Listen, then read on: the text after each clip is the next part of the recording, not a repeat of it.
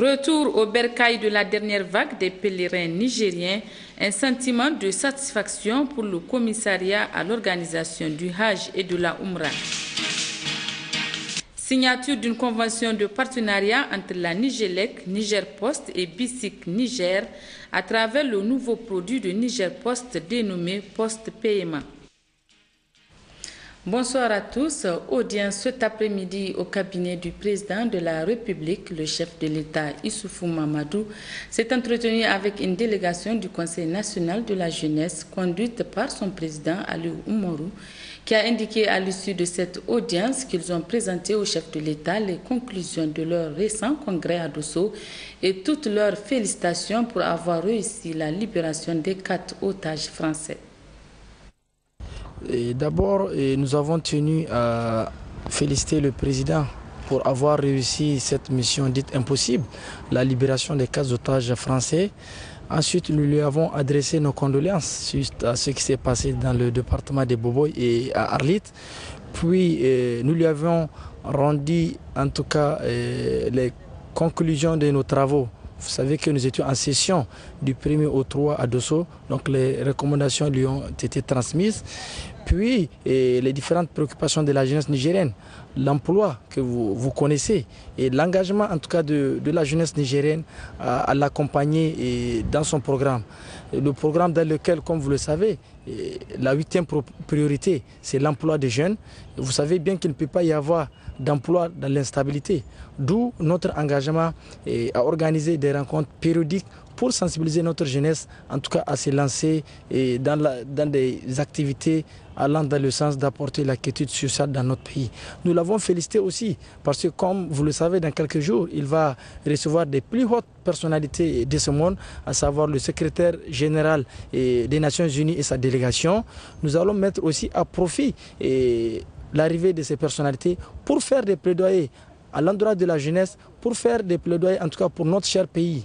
Et avec le chef de l'État, nous avons aussi insisté sur l'utilisation des différents crédits et avec les différentes institutions. Parce que nous avons dit que ces dettes que le gouvernement est en train de contracter vont être payées par nos générations. Donc d'où la nécessité que le président continue en tout cas davantage de rigueur pour l'utilisation de ces fonds. Vous savez que nous sommes un conseil national de la jeunesse et nous aussi, nous étions là pour aussi avoir certaines bonnes informations et nous étions vraiment ébahis par les exclusivités qu'on ne dira pas pour l'instant puisque c'était une chance pour nous d'entendre certaines informations que la presse aura certainement dans les jours à venir. Je vous donne lecture de ce message de compassion du président de la République du Tchad à son homologue du Niger, Issoufou Mamadou. Il est ainsi libellé, Monsieur le Président et chers frères, c'est avec une vive et profonde consternation que j'ai appris la découverte de 92 corps de vos compatriotes morts dans le désert le 31 octobre 2013. En cette circonstance particulièrement douloureuse pour vous-même, pour le gouvernement nigérien ainsi que pour les familles des disparus, voudrais-je vous adresser au nom du peuple tchadien, du gouvernement et à mon nom propre mes condoléances les plus attestées.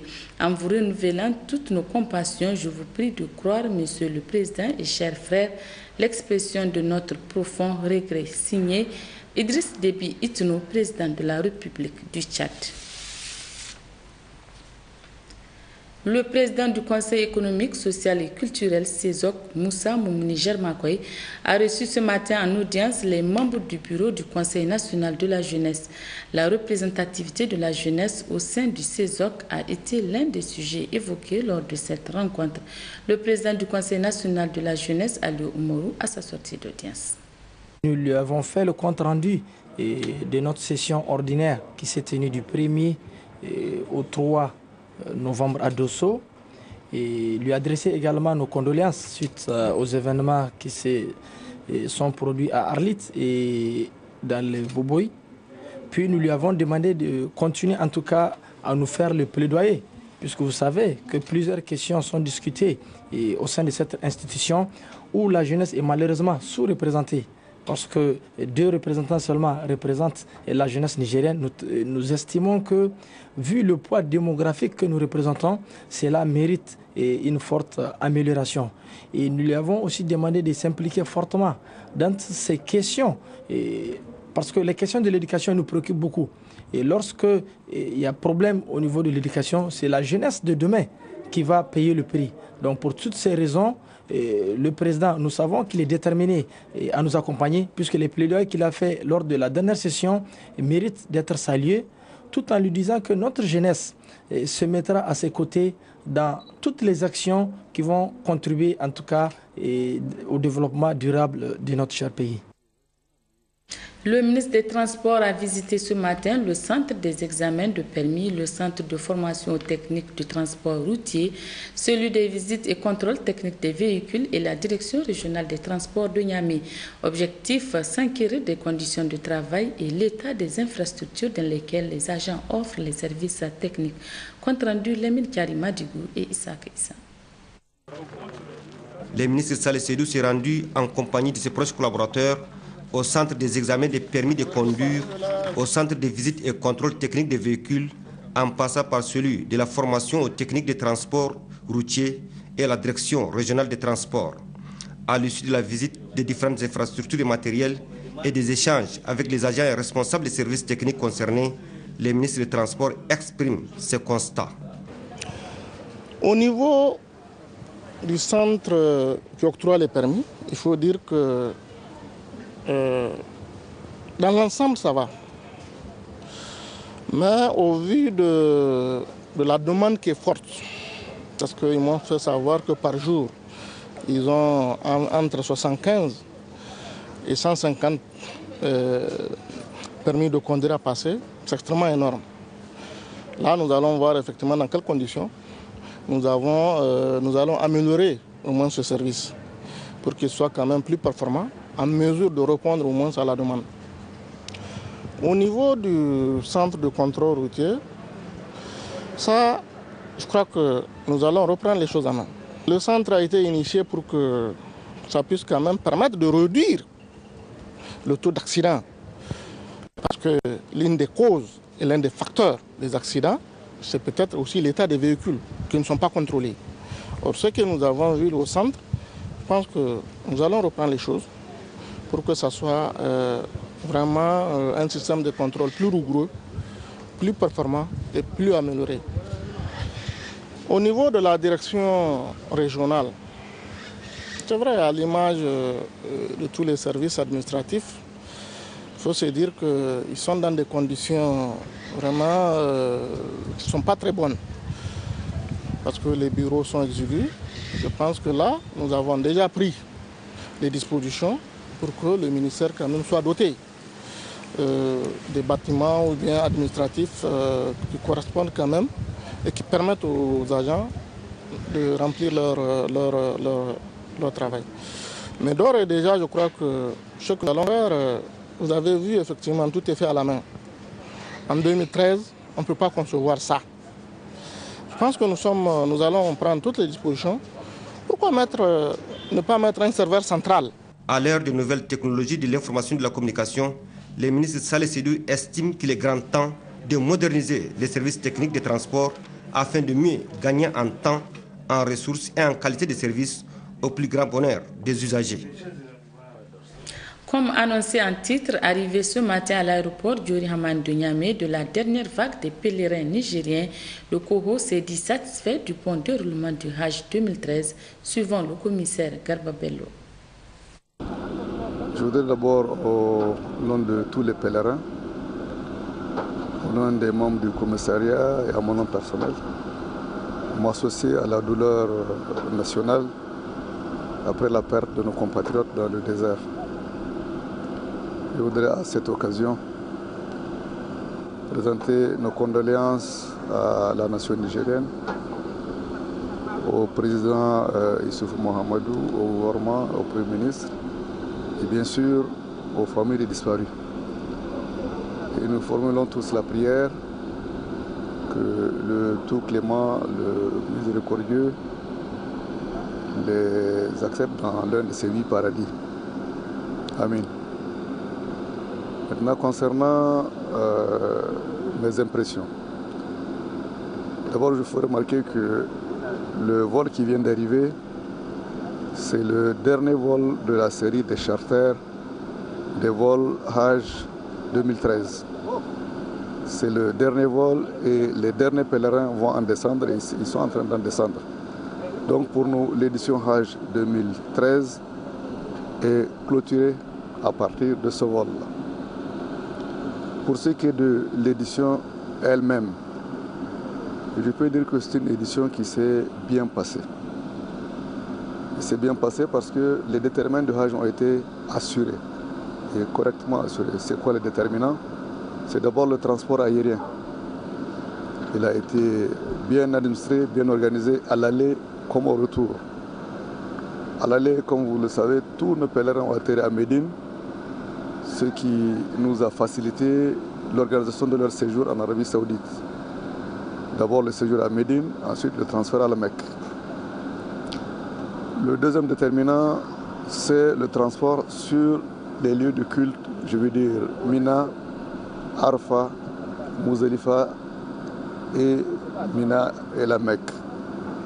Et là, ce transport qu'on appelle le transport fréquentiel ou le transport navette, c'est très bien passé. Nos pèlerins étaient très tôt à Mina, ils étaient très tôt à Arafat. Vous le savez, le Hajj c'est Arafat. Tout celui qui va à Arafat peut considérer qu'il a rempli l'une des grandes conditions du Hajj. Et tous nos pèlerins étaient à Arafat. Ils ont tous pu accomplir les prières qui sont recommandées à Arafat, le séjour à Arafat, et ils ont quitté Arafat, le soleil est tombé. Donc ça aussi, ça a été un succès. Et le troisième déterminant, bien sûr, c'est le vol retour. Là aussi, ils ont été bien organisés. Et vous savez qu'actuellement, tous les pèlerins sont rentrés dans des délais acceptables. Donc je pense qu'il y a lieu de se féliciter de cela. Cela étant, maintenant, nous n'allons pas crier victoire. Nous allons plutôt nous asseoir, faire le bilan de nos actions et nous inscrire dans une perspective d'amélioration continuelle. Parce que le Hajj, c'est un long processus. Actuellement, ce que nous venons de faire, c'est comme quelqu'un construit une maison qui a fini de grosses œuvres. Il ne peut pas dire qu'il a fini sa maison. Il est en train de construire sa maison. C'est ce que nous sommes en train de faire. Nous allons tirer les leçons de ce que nous avons fait cette année. Et nous allons regarder là où nous avons fait quelques erreurs, les corriger et avancer. Parce que de toute façon, comme j'ai dit, le Hajj, ça se construit d'année en année. Inch'Allah, nous allons le faire dans les jours qui viennent. Merci beaucoup. Dans le même cadre, Air Niamey a aussi effectué son dernier vol au retour des pèlerins hier aux environs de midi, remplissant ainsi le contrat qui la lie au commissariat du Hajj et de la Umrah Koho. C'est un sentiment de satisfaction qui animait les pèlerins à leur descente d'avion. Le premier partenaire de cette compagnie aérienne, Gérard Ablaziz et Issaka Issa. C'est à 12h30 exactement que le Boeing 747 de la compagnie aérienne nigériane Medview, affrété par la compagnie aérienne nigérienne Air Niamey, a atterri à l'aéroport international de Rahman de Niamey. Ce 8e et dernier vol retour d'Air Niamey transportait à son bord plus de 500 passagers. Ces derniers et les responsables des agences de Hajj et de la Umrah qui ont fait confiance à la dite compagnie, notamment son premier partenaire Baitul Islam, n'ont pas caché leur satisfaction pour non seulement le respect des engagements pris par Air Niamey, mais aussi et surtout pour le transport de tous les bagages des pèlerins. On va dire aujourd'hui, nous sommes à une journée de fierté nationale. Parce que voilà un compatriote s'est débrouillé, s'est battu sur le terrain de l'aviation civile qui n'est vraiment pas facile. Et aujourd'hui, il a rempli son contrat vis-à-vis de nous les agences, vis-à-vis des pèlerins et surtout vis-à-vis de la commission nationale d'organisation du Hajj qui ont eu le courage vraiment de signer le contrat avec un Nigérien et aujourd'hui qui a fait toutes ses preuves. Et nous souhaitons que vraiment que ça soit une continuité et que ça serve d'exemple à d'autres Nigériens. Et surtout les bagages des pèlerins qui est vraiment un casse-tête pour nous les chefs d'arrangement. Aujourd'hui, là où je vous parle, ça fait 6 jours qu'il a commencé à amener les gens. On n'a jamais eu de réclamations sincères vraiment pour les bagages. Et Dieu merci vraiment sur cet aspect-là. On le remercie beaucoup et on l'encourage. Et demain, nous serons encore les premiers vraiment à choisir Air Niamey. Le contentement est beaucoup plus grand à Air Niamey qui a su s'imposer malgré les difficultés liées à la rude concurrence. Tous les pèlerins qu'on a transportés sont revenus en bonne santé. La durée du séjour, le maximum, c'est de 34 jours. on est la compagnie en fait qui a fait le moins de séjours possible en Arabie Saoudite. Ce qu'on aura à signaler, c'est toujours le problème récurrent des bagages à main que les pèlerins ne respectent pas. Je crois que le commissariat au Hajj doit s'atteler à résoudre ce problème. Il faut rappeler qu'Air Niamey a effectué pour le Hajj 2013 16 vols au total, 8 allées et 8 retours, pour transporter 4 000 des 12 000 pèlerins nigériens, honorant ainsi ses engagements vis-à-vis du commissariat à l'organisation du Hajj et de la Umrah Koho. Un atelier sur l'audit des performances à l'intention des vérificateurs de la Cour des comptes du Niger se tient depuis ce matin à Niamey. La cérémonie d'ouverture a été présidée par le premier président de la Cour des comptes en présence du ministre de la Justice. Les détails avec Guy Mathieu Théa et Mohamedou Adam. La recherche de la performance demeure aujourd'hui un impératif incontournable pour nos États. C'est dans ce cadre que cet atelier a été initié par la Cour des comptes en vue de permettre aux participants de se familiariser aux normes et techniques de vérification de la performance. Le rôle de la Cour des comptes reste déterminant car elle est chargée d'apprécier l'efficacité de la dépense publique en termes d'atteinte d'objectifs de développement. Pour ce faire, le renforcement des capacités de ses membres en technique de vérification de la performance constitue une priorité.